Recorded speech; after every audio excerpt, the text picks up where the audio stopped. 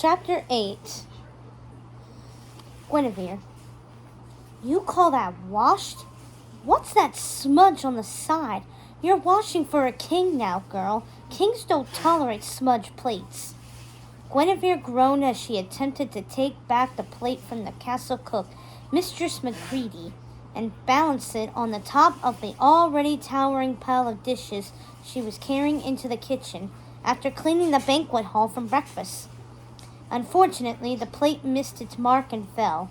When she instinctively dived to catch it, she lost her balance and her entire stack of dinnerware came crashing to the ground. "Now look what you've done," screeched the cook. "Stupid, clumsy girl. You've managed to break them all."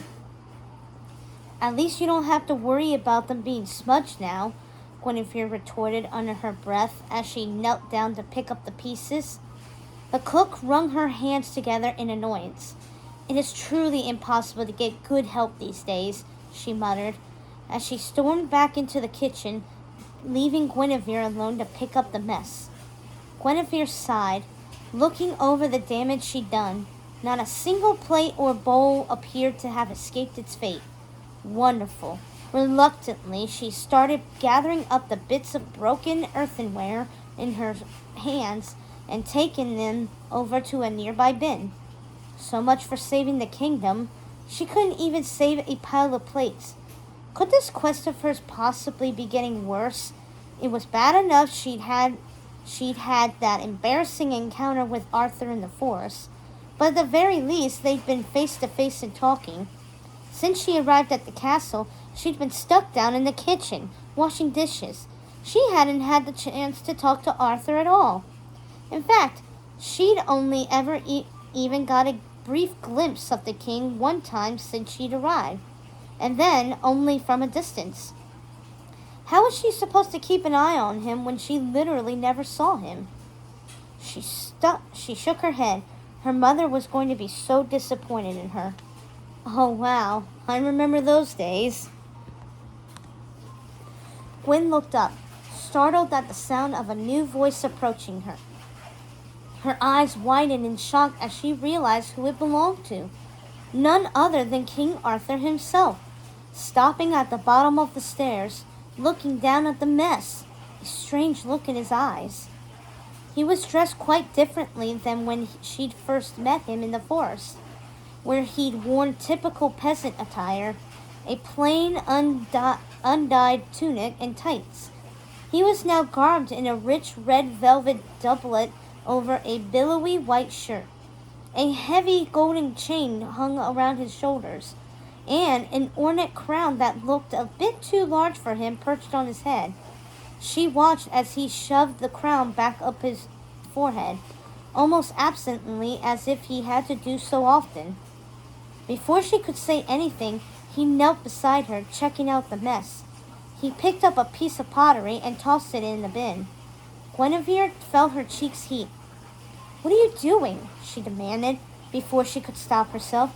"Helping, I think," he replied, grabbing another plate. Unless you meant for them to stay on the floor." "Of course not," she snapped, feeling hot and embarrassed. Here she'd been waiting all week for her chance to get close to the king, and this was how she finally ran into him?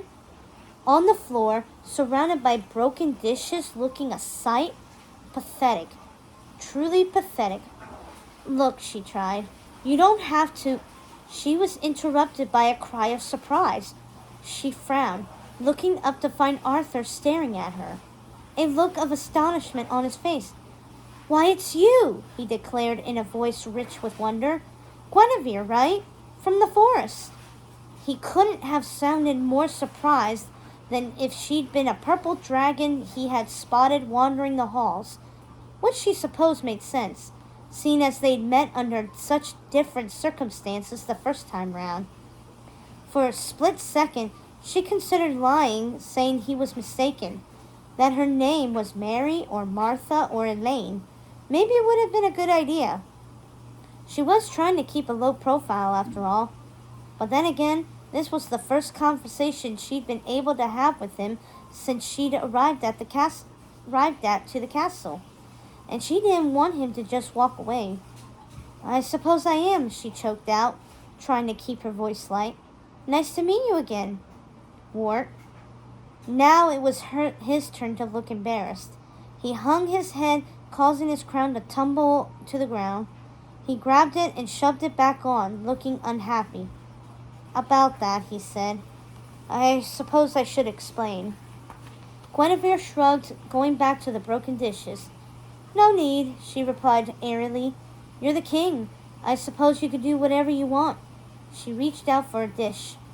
Arthur grabbed the dish from her hands, causing her to look up at him in surprise. He met her eyes with his own, and she was astonished to see they were practically radiating with apology. "I shouldn't have lied to you," he said solemnly. "It was wrong, and I knew it. It was just, well, the way you were treating me, like I was a normal, everyday person, not some fancy king. Let's just say I don't get that a lot anymore, he sighed deeply. "I imagine you don't," she muttered, trying to ignore the sudden tug at her heart as she caught the forlorn expression on his face. Ugh, the last thing she needed was to start feeling sorry for him. He had stolen the throne of England, she reminded herself. He wasn't some innocent victim. "Besides," he added, smiling, "if you had known who I really was, would you have let me walk you home?" "Probably not," she admitted. His eyes sparkled. "So you see the need for my deception, then?" Guinevere felt herself blushing again as she forced her eyes back to her task. He was certainly charming. She'd given him that, a lot more charming than she'd imagined someone like him would be. Still, she couldn't allow herself to let down her guard, to forget who he really was and whom he served. She had to be careful, but at the same time, she had to play nice, to get him to trust her, to open up to her, so she and Mim could find a way to take him down. She realized he was looking at her expectantly. "It's really all right," she assured him, giving him a bland smile. "I'm not angry with you." Hope flushed on his face. "So you forgive me?" "It's already forgotten." The lie tasted like sawdust on her tongue, but she swallowed it down, knowing it was necessary. Still, she couldn't help feeling a little guilty when she caught the relief on his face. Now who's the liar? Arthur grabbed another piece of broken pottery and tossed it expertly into the bin. "So what are you doing here anyway?" he asked. "You never told me you worked in the castle." "I didn't until last week," she confessed. "My mother thought it might be nice for me to get a job to pass the time and help pay our expenses." The lie rolled easily off her tongue, surprising her. She tried to imagine herself as a spy, deep undercover, a notion that pleased her quite a bit, especially when she caught the look on Arthur's face and realized he believed every word. "Well, I'm glad you did," he said. "I've been feeling terrible about what happened and wanted to apologize to you, but they won't let me out of the castle anymore. They say it's too dangerous," he scolded, telling her exactly what he thought of that notion. "I'm glad to see you again, too," she replied, "though I wish it were under better circumstances than a pile of broken dishes. I promise I'll pay for them," she added quickly. "They can't take it out of my wages." Arthur looked shocked at the idea. "Certainly not," he said, scooping up an armful of broken pottery. "Do you know how many dishes they have in this castle?" He paused, then grinned. "No, of course you don't. No one does, and no one's ever going to count them either." She couldn't help but laugh at this. "I suppose not. Trust me, I broke more than my share of dishes back in the day," he told her, tossing his load of pottery into the bin. "You used to work in a kitchen?" she asked, surprised. "Oh, yes, for years, actually. What I told you out in the forest, it wasn't altogether a lie. I was Wart before I was Arthur. Just an orphan boy, lucky enough to be taken in by an old knight and his son and given a job." She bit her lower lip, dropping her head to concentrate on her task again. It seemed the two of them had more in common than she had thought. They were both orphans, both raised by foster parents, both trained by wizards. But now one of them was sitting on the throne of England, and one was washing dishes in a castle basement. No, she scolded herself. That was just his cover. He didn't belong on the throne at all. He'd taken it from the rightful king. She wondered suddenly if he knew this. Had Merlin let him in on the plan from the start? Or did he really think this was his destiny? Was he a mastermind, deceiving them all? Or was he just a puppet for Merlin, having no idea what he was doing? Arthur threw the last piece of pottery in the trash.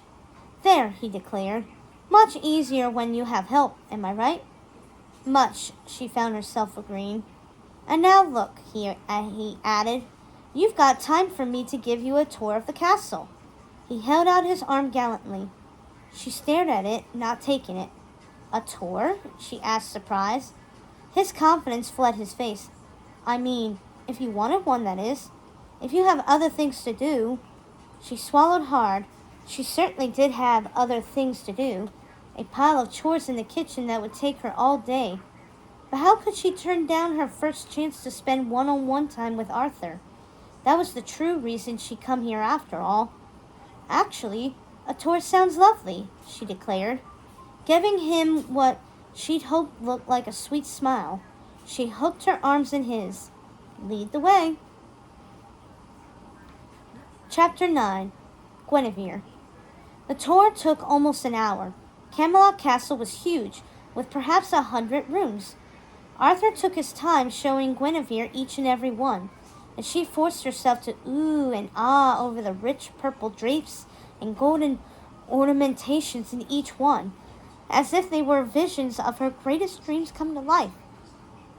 In truth, however, she found the whole thing a bit shocking, to see so much luxury and riches go to waste. Rooms that were not even used, containing enough wealth for a peasant to live on for a lifetime.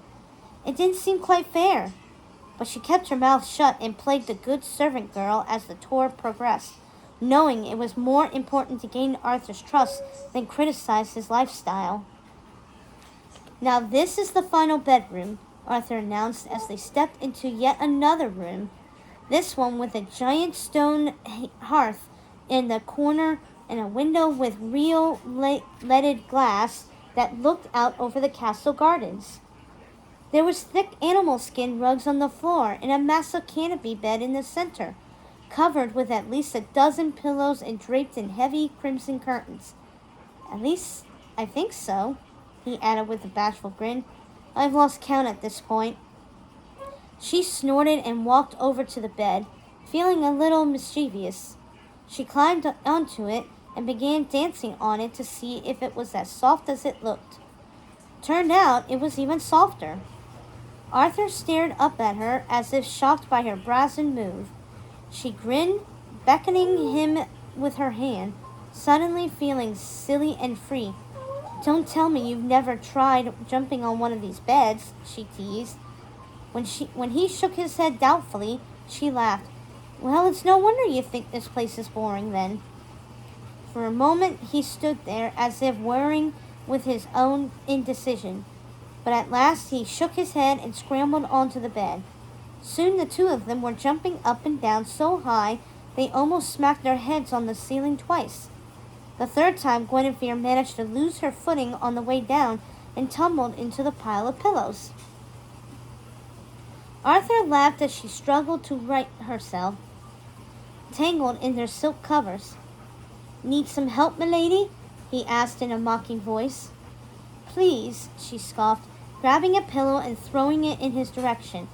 It hit him square in the chest, and he too lost his balance, tumbling off the bed altogether and landing on the floor with a heavy thump. Guinevere gasped. Are you all right? She asked, leaning off the bed to check on him. I'm fine, he said with a sly grin as he picked up 2 pillows off the floor. But you are dead. He lunged at her. She leapt off the bed, screaming, dashing to the other corner of the room. He gave chase, but it was hard to run with an armful of pillows, allowing Gwen to easy escape. She leapt back onto the bed and grabbed her own stash, throwing them at Arthur one after another, while using her own pillow as a shield. You shall not win, evil knight, she cried out. I will be the victor. We'll see about that, Arthur shot back, leaping up on the bed and diving in her direction. She lost her balance again, and this time they both tumbled to the floor together, tangling up in a pile of limbs. They were laughing so hard at this point they could barely speak. Do you yield? Arthur asked with a sly smile. Never, she declared, struggling to sit up. As long as there be breath in my body, I shall never... The door burst open. 2 guards rushed in, grabbed Guinevere, and yanked her backwards. She cried out in alarm as her arms were pinned behind her painfully, and a rough hand grabbed at her throat. Leave me alone, she cried, trying to fight them off. But they were grown men, far too strong. For a split second, she actually considered using magic. That's what Mim would have done in a situation like this, but she realized it would destroy her cover and probably get her banned from the castle. So instead, she stopped struggling and submitted. Who are you? The first guard demanded once he had her under control. And what are you doing to the king? Added the second. It's okay, Brutus, Arthur broke in. Gwyn turned to see he'd managed to get up off the floor and was approaching the guards. We were just playing. Playing, your majesty? The guard, Brutus, exclaimed, spitting out the word as if it were poison. But we thought we heard screams, added his partner, looking personally offended. We thought you were being attacked. It was just a game, Arthur explained with a heavy sigh. I'm sorry I worried you. He pressed his lips together. So, can you please let her go? The guards reluctantly released Guinevere. She shook out her arms, giving them a sour look. Inside, her heart was pumping 1,000 beats a minute. She glanced over at Arthur. He shot her an apologetic smile. I should get back to the kitchen, she mumbled, feeling incredibly awkward all of a sudden, not to mention more than a little ashamed. What had she been thinking, jumping on royal beds and pillow fighting with the King of England, as if she were an unruly child who didn't know any better? What if they told her mistress, the cook, about her bad behavior and she lost her job because of it? What if they banished her from the castle altogether? Arthur wouldn't order it, she was pretty sure, but from what he'd said, he didn't always get to make the rules. If she lost her chance to complete her quest, Mim would be disappointed. Also, England would be doomed, which was almost as bad. Are you all right? Arthur asked, catching the look on her face. I'm fine, she stammered, feeling the eyes of the guards on her. Thank you for the tour. The corner of Arthur's mouth lifted. Thank you for making my afternoon a lot more interesting than usual, he said, bowing grandly in her direction. She noticed he had a small bruise on the side of his face, probably from hitting the floor so hard. Hopefully no one would ask him how he got it. Brutus cleared his throat, nodding to the door. She realized it was her invitation to vacate. She gave Arthur one last rueful look, then scurried towards the exit, hoping she'd be able to remember her way through the twisty passages back to the kitchen, and that no one had noticed she'd been gone. She was almost to the door when she heard his voice again. Wait! She stopped in her tracks. Yes? She asked, turning her pulse beating fast as her wrist. For a moment, Arthur just stood there. Then his mouth opened. Would you like to have dinner with me tonight? He asked, his voice wobbly a bit on the words, as if it took an effort to speak them. It's a bit of a special night. The Saxons are coming to visit, and we're holding a grand feast in their honor. She raised her eyebrows. He was inviting her to dinner? Dinner with the Saxons? Aren't the Saxons our enemies? She blurted out before she could stop herself. But Arthur only smiled. Not for long, he said, mysteriously. He paused and added, So what do you say? Will you join me? Eat by my side? Guinevere shuffled from foot to foot, indecision whirling through her. This was the opportunity she'd been waiting for, the reason she'd been sent to the castle to begin with, to observe courtly matters and report them back to Mim. So why did she suddenly feel so conflicted? She glanced up at Arthur, His face was awash with what could be described only as hope. Of course, she mumbled, forcing herself to curtsy to him. If you want me there, I will come. Arthur smiled. There is nothing I want more, or I would want more.